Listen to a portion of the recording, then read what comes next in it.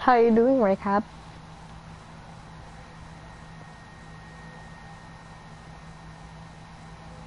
How are you doing, Recap?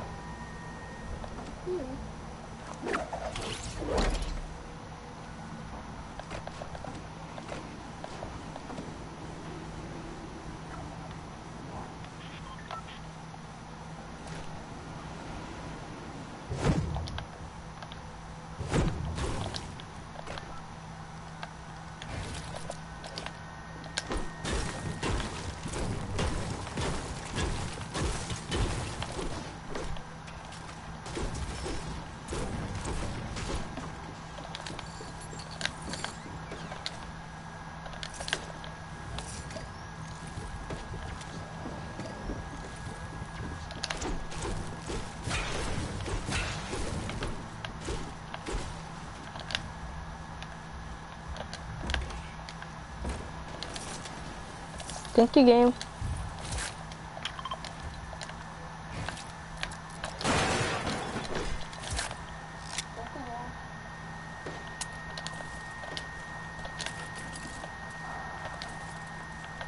I'll try to get a win.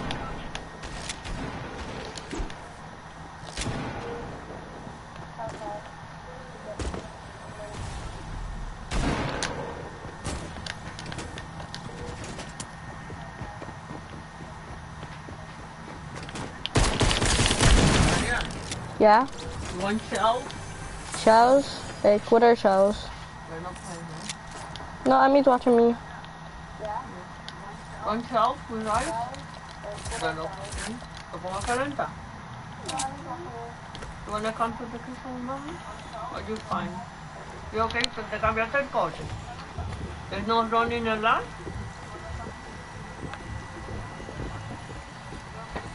Emily, you got right on computer? Yeah, she's just watching me play. Like in my live stream. Okay, I'm making that.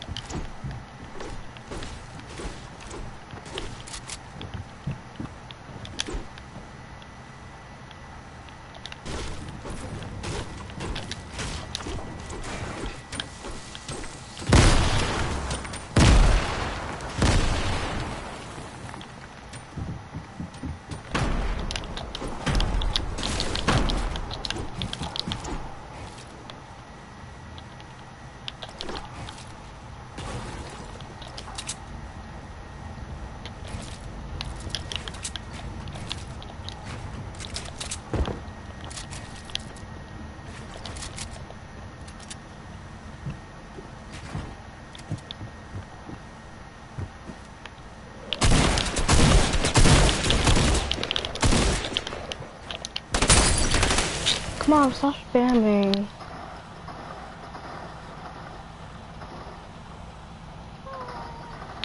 Mhm.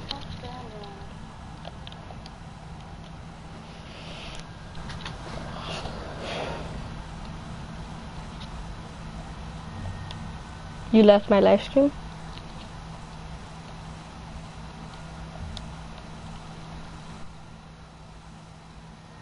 Yeah, you left.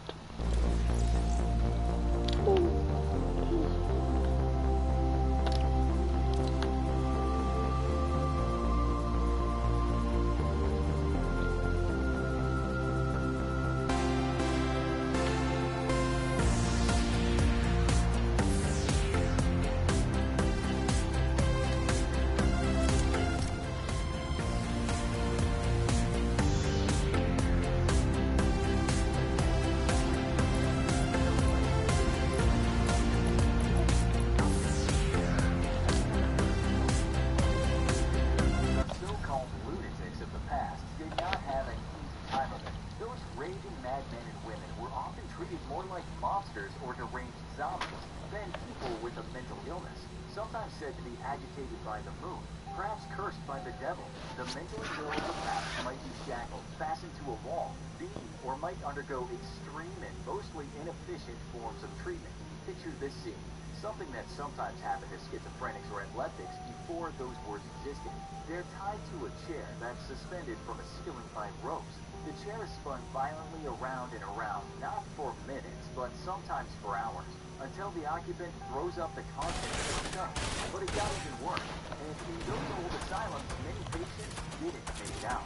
If we're going to talk about the horror of the early asylums, then there's only one place to start, and that's with the institution once known as Bedlam. This notorious asylum was said to be the first of its kind in Europe, and London was its home. Before such asylums were opened for people deemed lunatics, from the word luna, and so maddened by the moon, there was of course mental illness, and many times this was sometimes said to be an affliction sent from the gods. But there were less superstitious people who believed that the ailment was purely physical. Nonetheless, in ancient times, people still had visions, they hallucinated, were depressed, and skulls dug up from thousands of years ago showed that before death, the skull had been trepid or tripled. That means no hole in the skull. In those days, it was believed whatever bad spirit was making the person crazy might find its way out through the hole. Even today, you can find the mentally ill are said to be cursed. But first, let's talk about the asylum whose name everyone knows. Hear the word bedlam. It's mostly someone's using it as an adjective to describe chaos or pandemonium. How was the protest? What happened after the explosion? How was teaching a class of 50 kids after they'd all had children? So the answer to all could be bedlam. The institution seems synonymous with chaos, and we'll soon see why. Bedlam was a nickname for the place, and it served as the Priory of the New Order of Our Lady of Bethlehem. We won't talk too much about the early days, but in the 13th and 14th centuries, it was merely a hospital for the poor. It was said to be in the 15th century that it transitioned towards being an insane asylum. Around this time, we can find some reports of what life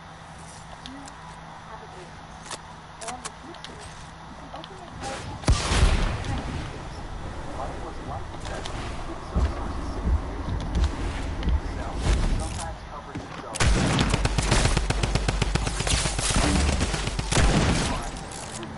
roaring, brawling, shaking of chains, groanings, frettings, shaking. As time went on, physicians became more interested in trying to cure lunacy than to merely lock people away in abject filth and forget about them. Some of the early treatments were quite fine, with cold baths or hydrotherapy being very popular in the 1700s. But that was about as good as it got, because like those people could be hurt. The English doctors believed madness that it was drawn out. To do this, sometimes they would relieve the patient, which was simply drawing blood, but sometimes they did the job. As we said, they might be spun around and induced to puke, but they might also just be given a permanent drink and be still, and emit profusely from both of them. That's the point. Doctors must have worked on the ceiling, scarring the person or rubbing them with ointments that would then sting. You can imagine that was the last Oh my god. you would find puppy glass the suction treatment that's quite popular today and leaves you looking like you've been massaged by a fat horse.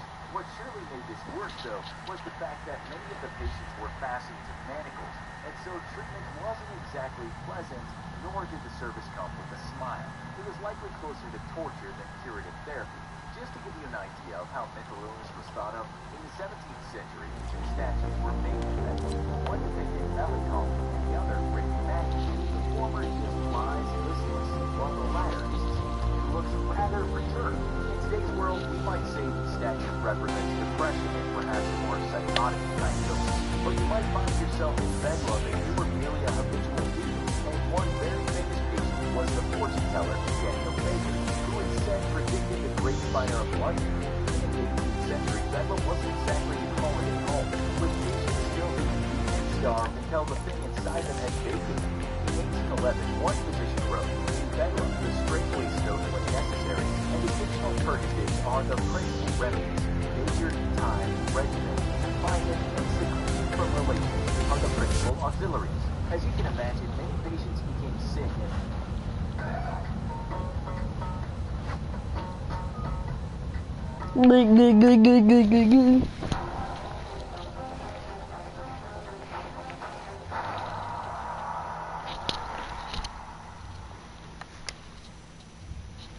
died, and so burial grounds were built around the place. The bodies were useful too, because dissection was becoming popular, so physicians could learn more about anatomy. Often, what went on in Bedlam stayed in Bedlam. But in the 19th century, investigations happened. What some people saw when they entered were people chained naked to walls, left screaming, moaning, starving, because the theory of the day was, if you could break a person's will, you could drive out the madness. Even worse, Bedlam was sometimes treated like a human zoo, so anyone with a few shillings to spare could pay entrance and walk around looking at the lunatics chained up and listen to their ravings. In 1711, in a book called Man of Feeling, the author described his visit to the zoo. He said their conductor led them first to the dismal mansions of those who were in the most horrid state of incurable madness. The clanking of chains, the wildness of their cries, and the imprecations which some of them uttered formed a scene of inexpressibly shocking. Another person described it as a freak show. Things significantly improved in the early 20th century. But hey, it wouldn't be long until lobotomy with an ice pick would come along. The USA had its own asylum too, with the Blackwell Island Insane Asylum said to be a place where inhumane things happen. A female journalist in 1887 did something quite heroic. She pretended to be mad and got herself admitted so she could see what went down in the asylum. On the inside, she acted how she would normally act, sane, but that didn't matter in terms of how she was treated. She wrote this of a day in her loony life there, when she interviewed a fellow female patient. The patient said, for crying, the nurses beat me with a broom handle and jumped on me. Then they tied my hands and feet, and throwing a sheet over my head, twisted it tightly around my throat so I could not scream, and thus put me in a bathtub filled with cold water. They held me under until I gave up every hope and became senseless. They broke her will, but it didn't cure her of anything. In New York, it wasn't so different from the UK back then, with treatments mainly based on purging the illness. These were called humoral treatments, and as we said, might involve bloodletting, blistering, and expelling whatever is in the stomach. But it's said in the early 20th century, a doctor at New Jersey's Trenton State Hospital took things a bit further. He removed parts of the body for good. He took out the tonsils of patients or even rotting teeth, because he thought the malady might come from those places, sometimes called America's biggest quack. This man, called Henry Cotton, then started to remove bits of the stomach, intestines, part of the thyroid gland, the colon, appendix, or gallbladder. Not surprisingly, many patients didn't make it and died while being cured by this mad doctor. At around the same time, another quack was injecting patients with malaria, thinking the fever would be insane. Many of those patients did make it. About 15% of them died. But when you go to some places around the world today where you might find more superstitious treatments,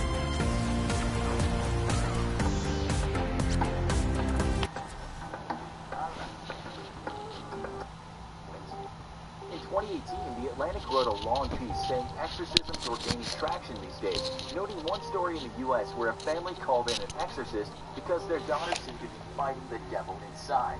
Now, this isn't exactly about asylums, but it's worth mentioning, because if these people are actually mentally ill and not putting up the Prince of Darkness in their bodies rent-free, then it's still kind of a purgative treatment.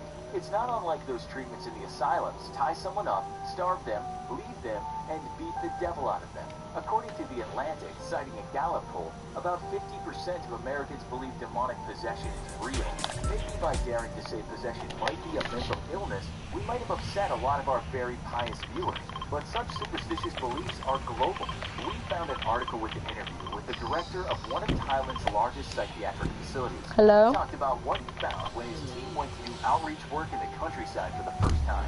He said we would go around all the villages in the north trying to locate people who needed our help. We would find someone who had been locked in a cage or a small room in nearly every village. The locals would use traditional methods to cure them, like offering gifts of chickens and wine to the spirit so it might release the victim from a demonic grasp. Chickens to propitiate the spirits. And the doctor said much of the time they were merely autistic children in the cages. That was not always the case, though. During that tour of the facility, the interviewer met a Thai woman who was convinced she was a Scottish princess. Such a if the Thai Scottish royal had been around a century ago, she might have been dressed in a straitjacket and deliberately put into a low blood sugar coma. This was actually a thing in the early 20th century. Doctors might have also induced seizures in her, or maybe nursed her as a baby so she could grow up again. Yeah, that included bottle feeding and carrying a patient around like a newborn. These days, perhaps the treatments that scare people the most have to do with shocking the mind with electricity. But it's rarer now and only used in extreme circumstances. We've already done an entire show on the history of lobotomies, so we won't go into that here. We'll just say that it wasn't long ago that ice pick lobotomies and other forms of the operation were done to people who certainly didn't. We'll just ask you one question, and that's what do you think about all this? Tell us in the comments. Also, be sure to check out our other video, Worst Prison Experiments Conducted on Humans. Thanks for watching, and as always, don't forget, I'm creating my website. Think you already have a stunning website? That's cool. Well, or create your... The year is 1945, and the war to save Europe is over. The victorious Allies have crushed the Nazi warship, and it has the secrets of the Russian to the world. Stories of the horrible atrocities they committed on homosexuals, people with intellectual disabilities, and prisoners of war lay bare the true horror that was the Third Reich. Yet in the shadow of Nazi atrocities, the British intelligence services would set up a camp whose human rights violations would mirror many of those committed by the Nazis. A horrendous interrogation that turned champions of living skeletons. In an interview in the early 2000s, surviving German citizens spoke of August 1st, 1945, the day that the British arrived at the small resort town of Bad Endorf. The town had until then been occupied by what the Germans called easygoing Americans. But with the arrival of the British, the Americans left. The British troops gave the orders to every civilian to be ready to evacuate the town in 90 minutes, leaving people with little time to gather what precious possessions they still had after the long war. Many initially thought that the move was temporary and that they would soon be allowed to return home. But as the British troops began to put up barbed wire and tear out the fancy baths from the town's bathhouse, the realization that their former home was being turned into something else soon hit them. There would be no returning home, at least not for years to come. The British strung up barbed wire throughout the town center and tore out the doors leading to the bathhouse's cubicles, replacing them with large steel doors so as to turn them into cells. Even before the town had been evacuated fully, the first truckloads of prisoners had already begun arriving. Initially, most of the prisoners were former Nazi Party members or members of the much-hated SS, all rounded up so as to thwart any possibility of a Nazi insurgency in the rebuilding of post-war Germany. Many, however, were leading industrialists of the Nazi regime, tobacco importers, oil company bosses, and forestry owners who had benefited greatly from Hitler's rule. However, as the months passed, the prison population quickly grew to include a large number of suspected Soviet agents. As Germany was partitioned between East and West, and the first chills of the Cold War descended on Europe, many officers of the NKVD, the Soviet secret police, were captured on spy missions and imprisoned in the camp. However, the anti-Soviet paranoia had also swept up a large number of German leftists and communist sympathizers. Others were simply German citizens who lived in the Russian zone and had been captured crossing the line. Some of these had come across offering to spy on Russians and were imprisoned on suspicion of being double more in Flanagan's Independence Day sale. Everything's on sale. Save up to 30% off. I like your skin. Dining and beverage. I love your skin.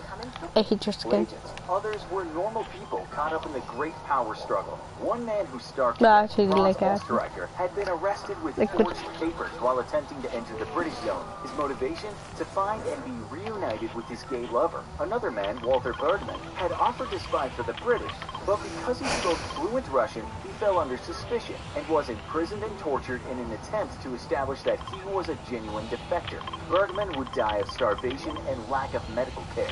Yet other prisoners were locked up for no good reason at all. One prisoner who was a former diplomat remained locked up simply because during his incarceration he had learned too much about British interrogation methods. Fearing he would leave the camp and report on British methods to either the press or the Soviet intelligence services, the British decided instead to keep him locked up. Another person who was kept prisoner for 8 months had arrived there due to nothing more than a simple clerical error. A British inspector from Scotland Yard, Tom Hayward, would later be assigned to determine what exactly went down in this prison camp while being run by British intelligence, and his notes would go on to say that of the prisoners, there are a number against whom no offense has been alleged, and the only authority for their detention would appear to be that they are citizens of a country still nominally at war with us. Hayward's investigation would spill the secrets of Britain's most infamous prison camp and of its staggering human rights abuses. Observers noted that in his report to the government, anger and revulsion leapt from every page as he detailed the place where prisoners had been systematically beaten and exposed to extreme cold, starved to death, and tortured with instruments that the British intelligence officers had recovered from a Gestapo prison in Hamburg. During the British occupation, it was said that if you snuck up to the barbed wire fence at night, you could hear the screams of the prisoners inside. Others, however, say that the camp was the most sinister place on earth, precisely because of its dead silence, with one witness saying, "You never ever saw anyone, and you never heard sound." I told you that y'all die. Known as the Scared of poop. the Forbidden Village. The commanding Ooh. officer of the Baden-Endorf prison camp I told you y'all die, but I Robert didn't T.I. listen. Stevens, who had previously commanded Camp 020 in Surrey, where the German spies had been interrogated during the war. Widely regarded as an authoritarian and a xenophobe with a legendary temper, Stevens boasted that interrogators who could break a man were born, not made. The camp would go on to employ 20 interrogators, 12 of whom were British.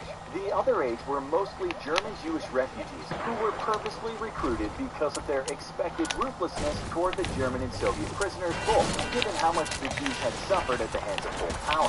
The guards in the prison facility were also largely made up of British Army soldiers who had received suspended sentences for assault or desertion, and as Scotland Yard Inspector Hayward would comment, they were the sort of individuals likely to resort to violence on helpless men. It is clear that the camp at Baden-Endorf was carefully engineered to be as cruel as possible, down to the men who were Let's go. to guard or interrogate the inmates. Those imprisoned there were frequently starved on purpose, woken up during the night, and then forced to walk up and down their cells from early morning until late at night, with breaks only for meals. Driven to the very edge of complete physical exhaustion, the process was thought to break the will of the prisoners so they could be more easily interrogated. When moving between different areas of the camp, the prisoners were expected to run, and if they failed to move quickly enough, the soldiers So many would stupid them to encourage people. them to move faster. Some guards had also been instructed to physically assault certain prisoners so as to reduce their I'm not getting your thing. physical Too collapse risky. and thus make them more amenable to interrogation. Frequent beatings, coupled with exhaustion and starvation, were all carefully But should I? used to ensure prisoners cooperated Nah. with their interrogators. Whippings also made up part of the guards' cruel repertoire of tortures, a fact that Inspector Hayward initially considered unbelievable until Scotland Yard interrogated former guards who corroborated the allegations.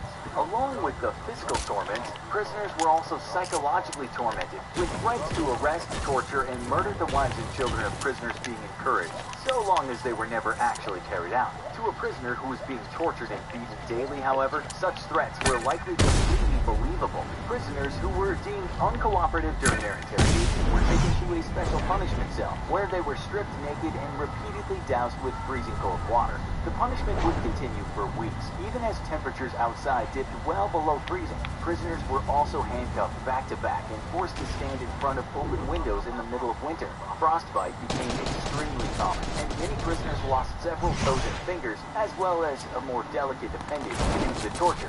One victim of the cold water treatment was an anti-Nazi who had already spent 2 years in a Gestapo prison camp. After the British prison was broken up and its survivors sent for medical treatment, he would be checked into a hospital where he weighed barely more than a skeleton. This former anti-Nazi would go on to say that during his imprisonment by the Gestapo, he had never undergone treatment like he received at the hands of the British. One NKVD officer captured and interrogated by the British at the Bad Nendorf camp claimed that he had been strung up by his wrists during his interrogations, and weights were added to his legs. His toenails were ripped out, and British officers would beat him with rubber truncheons. While Inspector Hayward's investigation would not find evidence to support this, the dozens of skeleton-like inmates that were taken for medical treatment after the camp's closure in 1947 attest to the very real possibility that this story was as true as many of the other verified accounts of torture. The investigation into Bad Nendorf would eventually lead to the court-martial of Commanding Officer Colonel Tenai Stevens, as well as Captain John Smith, the camp's medical officer, and interrogator Lieutenant Richard Langham. Many of the guards and interrogators who had carried out beatings and other punishments were given pardons in exchange for evidence or testimony against their former officers. The trials were held completely in secret, and to this day, the British government refuses to allow for the publication of photos of the inmates as they were being rescued from the camp. Information can be difficult to ascertain on this secret British torture camp, and given the extremes of the abuses that took place there, it's not surprising at all that the British government would continue to keep a very tight lid on one of the most shameful chapters of its post-World War II history. After Bad Nendorf was closed, another British interrogation center was opened at the military base at Gütersloh. The inmates were suspected Soviet spies, and when it was demanded that drastic methods such as those used at Bad Nendorf should not be used, its commanding officer complained that if each prisoner was to have his or her arrest justified and that torture was not used, then there was little point in having an interrogation center at all. A statement that perhaps best exemplifies the British attitude on torture in the years after World War II. In the end, 372 men and 44 women would pass through the Bad Nendorf interrogation, with many dying from starvation, exposure, or torture. Preceded by an interrogation center in London known as the London Cage, where German POWs had been beaten, deprived of food, and even framed with execution. As terrible as the abuses of London Cage were discovered to be, however, Bad Nendorf would stand in a league of its own. And as a shocking contradiction to the idea of a democracy-loving Britain fighting to conquer the worst evils Europe has ever endured, do you think torture is ever justified? And when does interrogation turn into torture? Let us know in the comments. And as always, if you learned something from this video, don't forget to like, share, and subscribe. What are you doing?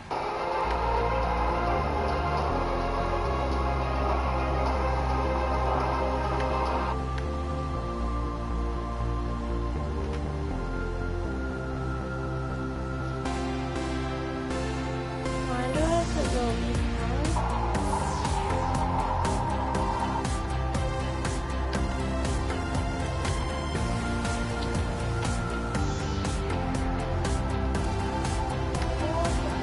We're sure many of you have felt isolated before. Maybe you spent too much time in your room, feeling bored, miserable, yet surrounded by gadgets, food in the fridge, pizza delivery on call, and with a wonderful, comfortable bed to retire to when needed.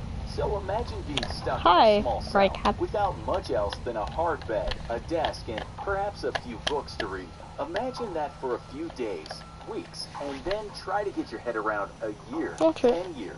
Not surprisingly, many human rights advocates call this torture, and there's a lot of evidence that tells us how such confinement can have very negative effects on a person's mental and physical health. As for 46 years in solitary, let's see how that went. If you research most time spent in solitary, you get quite a few names popping up.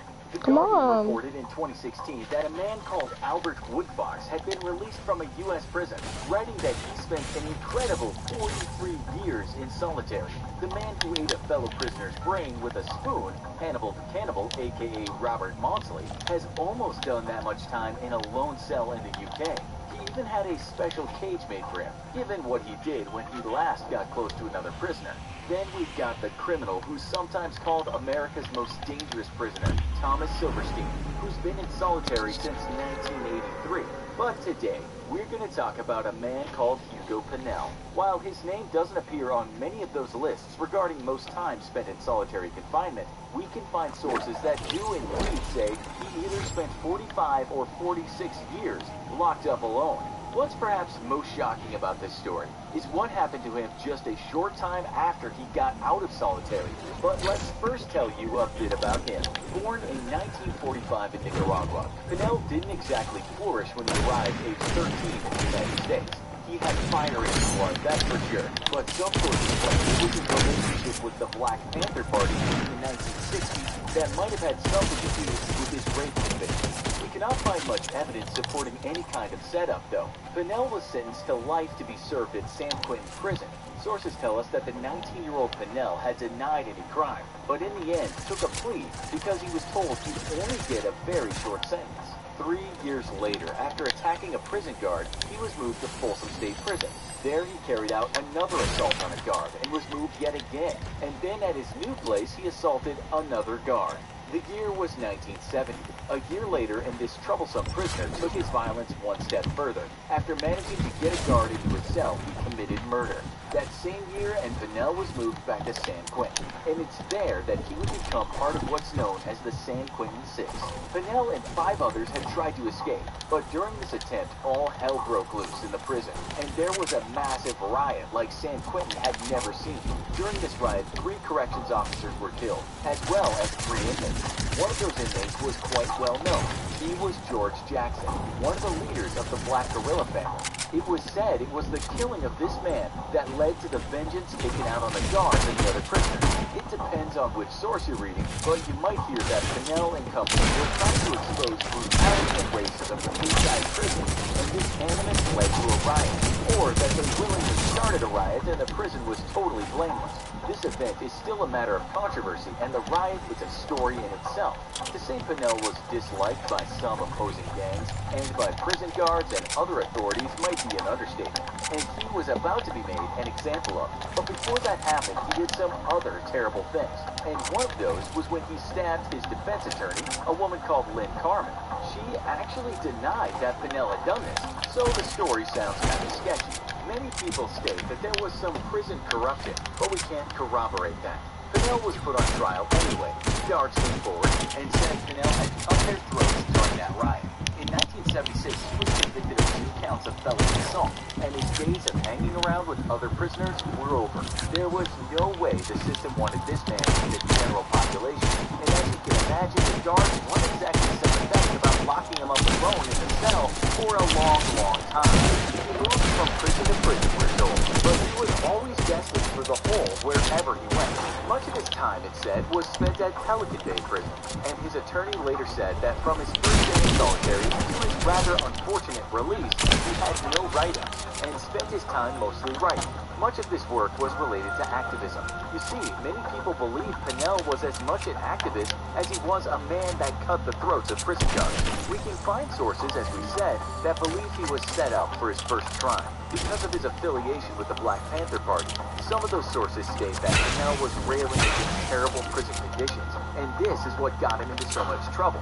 This is what one website that writes about poor conditions in prison said about Pinel. Pinel was held in solitary confinement for more than 40 years, but he would not be broken. Despite being locked in a tiny cell for 23 hours a day, Pinel continued to struggle against the horrors of America's prisons.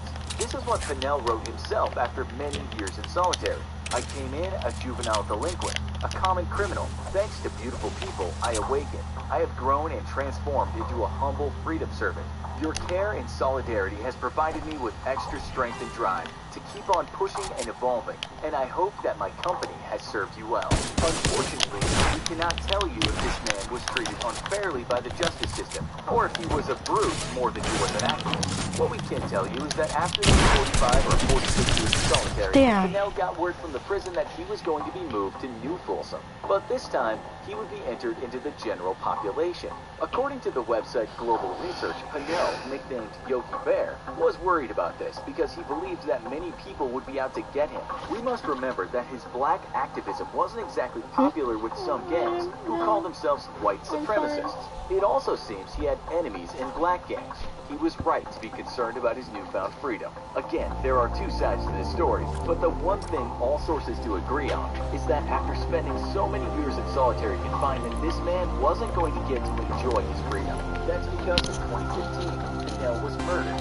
Those who write that Pinnell was an activist that had faced a life of justice wrote that this had been a setup by prison authorities, that Pinnell was basically assassinated, and the prison just let it happen. Some mainstream media, however, reported that Pinnell was merely a casualty in a riot that broke out due to gangs not getting along. We're told that 2 prisoners who were likely part of a white supremacist gang did the deed, with one man holding the 71-year-old Pinnell down, while the other stabbed him 19 times with a prison-manufactured weapon, aka a shiv. Pinnell's lawyer said that Pinnell was a marked man, telling the LA Times the only mystery is why after all these attacks and threats against him, they would send him out to be killed. We're told that his freedom lasted 2 weeks and that he was attacked on the prison yard. His lawyer certainly doesn't think that Pinnell was the beast he was made out to be, and that he was always just on the wrong side of the prison authorities. The story that has come out so far is about the monster that was put down, the lawyer said. I've never known him to be that. In fact, a federal lawsuit soon accused prison authorities of negligence, as it said they knew exactly what would happen, and his death could have been prevented. The Orange County Register tells us that many people were after Pinnell, who had once had a homemade bomb thrown into his cell, and on another occasion had been stabbed in the back during a rare occurrence when another prisoner could get close to him. The lawsuit even goes as far to say that prison guards had bets on how long Pinnell would last when he got out of solitary. Other sources also tell us that guards were overjoyed when he was killed. It was a matter of payback for them. It further states that it was well known that the Aryan Brotherhood wanted Pinnell's blood, and that his 2 killers both had an extensive history of racially motivated attacks on other inmates. This report tells us that Pinnell wasn't killed during a riot, as had been reported by some media, but that he was assassinated, and it was this hit that caused a riot to break out. We actually found a blog with some correspondence posted by an inmate who claimed to be one of the last ones to see our beloved brother Yoki alive. He also wrote, "There is so much that the brothers and sisters don't know. However, make no mistake that this was a plot, a setup between the administration and staff, also the Aryan Brotherhood, that carried out this racist assassination on Yogi." We also found on other blogs with names from prisoners, and they too believe this was an assassination of an activist. We should at least listen to a former prison guard that worked in the same prison as Pinnell back in the day. He wrote, "Pinnell in his prime, when I worked with him, was very muscular and did not come out of his cell without many chains and a choke chain installed, which is no longer allowed. He was a very dangerous person. He would bust the knuckles of his fists to be better able to use them as weapons." So, there you go. This is a very controversial story. Pinnell might or might not be the prisoner that has spent the most time in solitary, but he might well be the prisoner to spend the least amount of time in the general population after getting out of solitary. Do you know anything about this tale? Do you think he was a monster or just a man fighting back against brutality? Or something in between?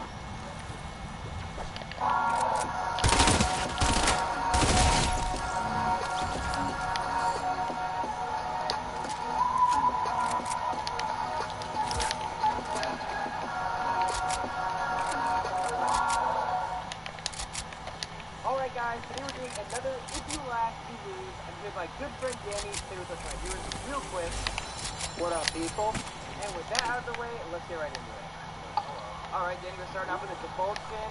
This never ends well. He go beat the nade.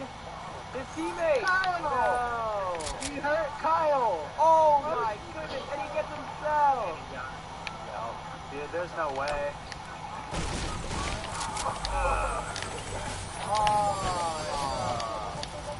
Really does. Okay, this guy's down. So what's something intense happening right now? Oh, never mind.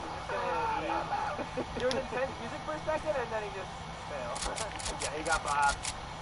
What is the Volkskin doing? Hop away, frog! Jumping like a frog. Yeah, okay. Hop away! Hop away! How do these bugs happen? I don't know, man. I don't know. I think this guy, he's underneath someone. He's trying to knock him out. Yeah.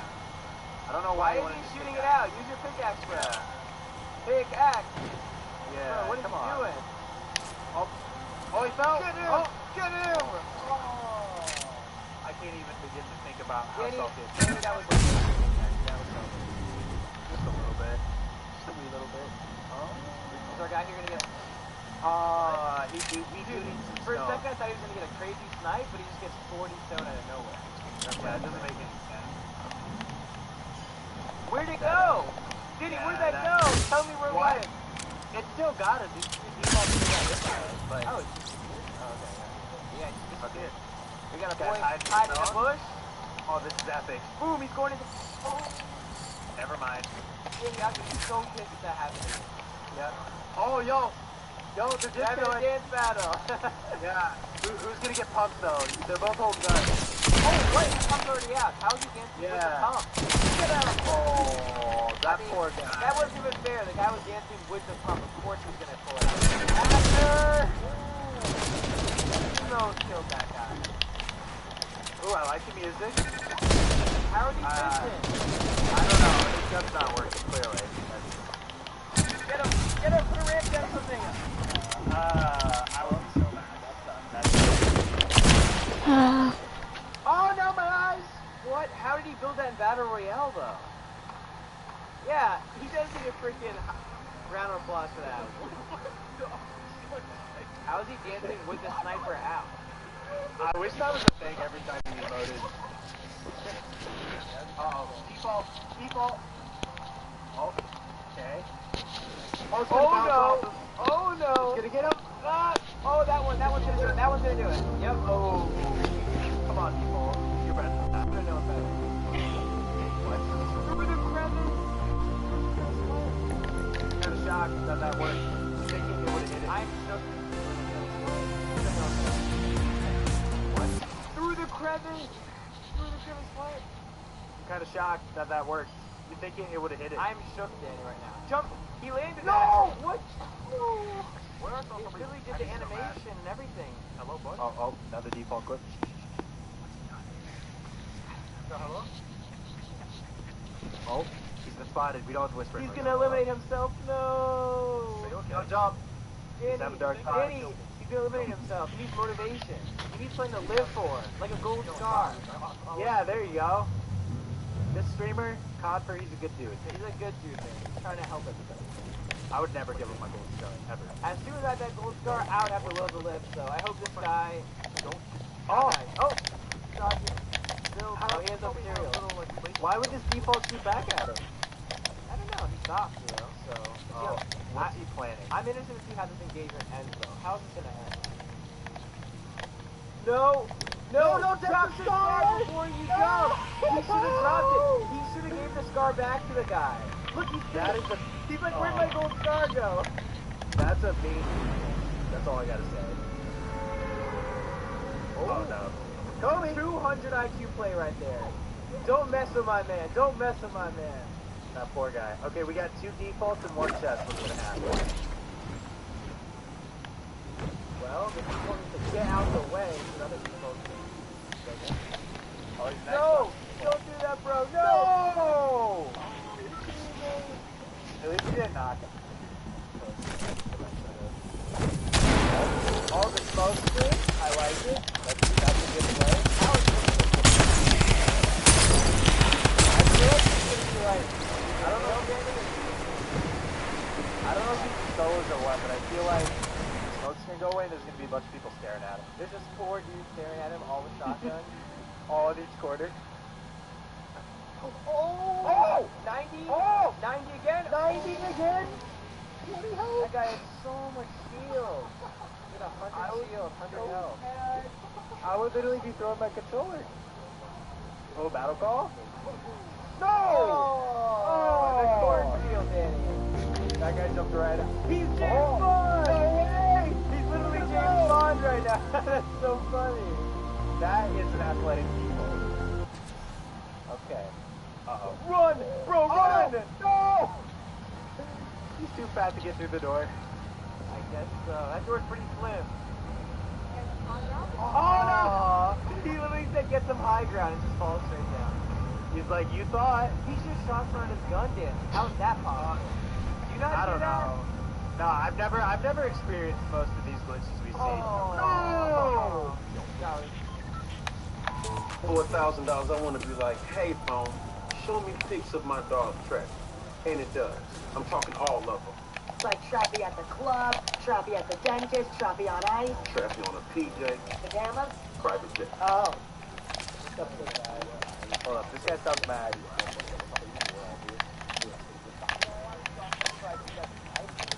He's gonna get sniped. Oh! His teammates were roasting him too. He was right. If he would have jumped, he might not have gotten that shot. Yeah.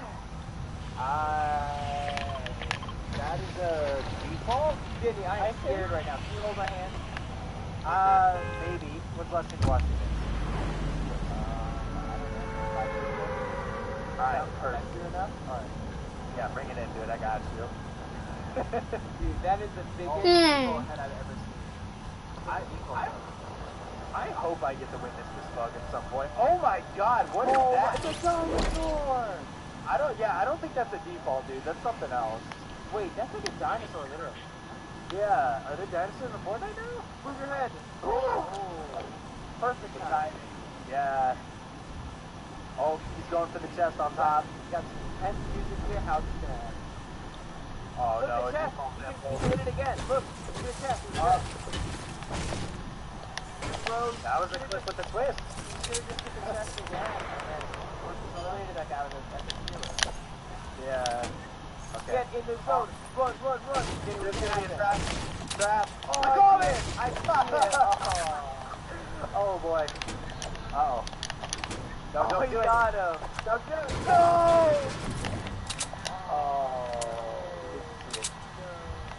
Oh, target spotted. Go get him. Wait. Oh, get the guy. Got himself. Enemy eliminated himself. One bite like that. Oh, man. No, that's not safe! Definitely not safe. Put a ramp on it. Why is he just jumping straight to the ground? That people try like, oh, it's just free.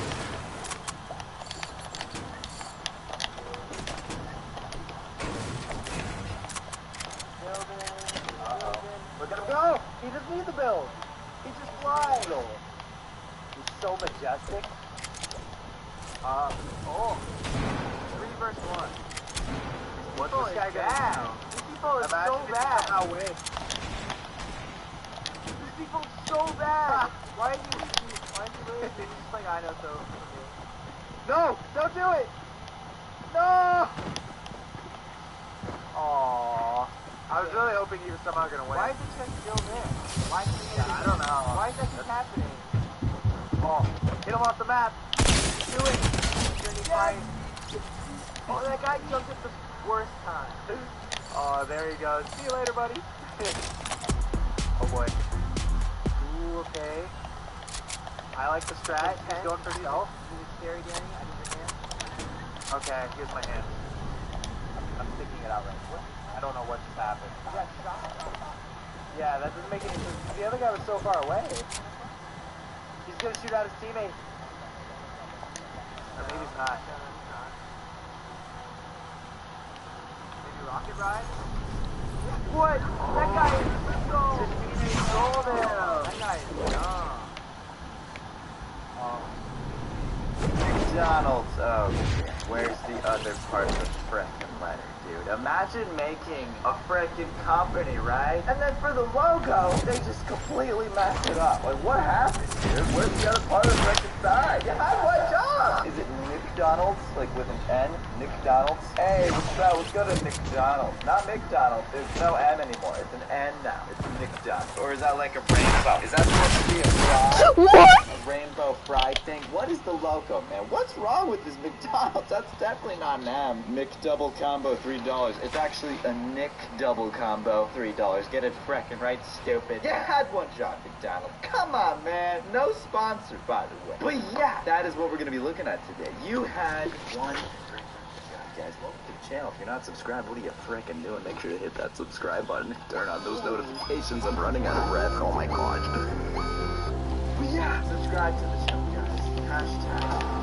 Let's frickin' go, bro. Infinite Army. You guys are the best, guys. And guys, can I just ask you one little thing, alright? One little thing. I have an Instagram, right? It's at Kaylus, C-A-Y-L-U-S. Go follow me, guys. Give me to 1 million followers. I know you can do it. Hashtag Infinite Army. Go follow me right now. Go do it. Go do it. Go follow me. Comment on my latest picture. Nico, you want me to play Paddins? Who do that? So go follow me, guys. Well, yeah, let's get right into the freaking video. You have Nicholas. Job, man. Your one job is to like Nicholas. Eat Nicholas. Jessica's family. Okay. Nick. Is this some horror movie? Well, excuse me. No thanks. I'd rather not. I'm gonna play Pat. Can I play Paladins with you? I know Jessica. She's great. I don't